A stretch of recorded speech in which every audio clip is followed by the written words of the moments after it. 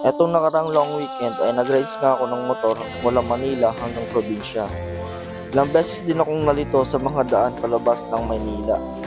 Hanggang sa nag-stopover na lang muna ako sa Bustos, Bulacan para kumuha ng license card. Nanood na din ako ng football game sa dating university na pinag-aralan ko dahil yung midweek nila. Hanggang sa ginabi na ako ng uwi sa bayan namin.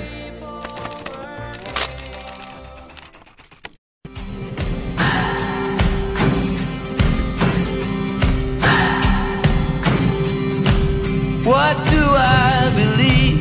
What makes me feel it to write you this song?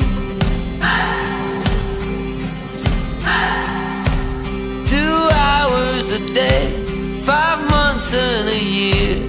Oh, I loved you too. So yun mga pre, time check. 4:35. Gaya tayo ng Nueva Ecija, Kuya po.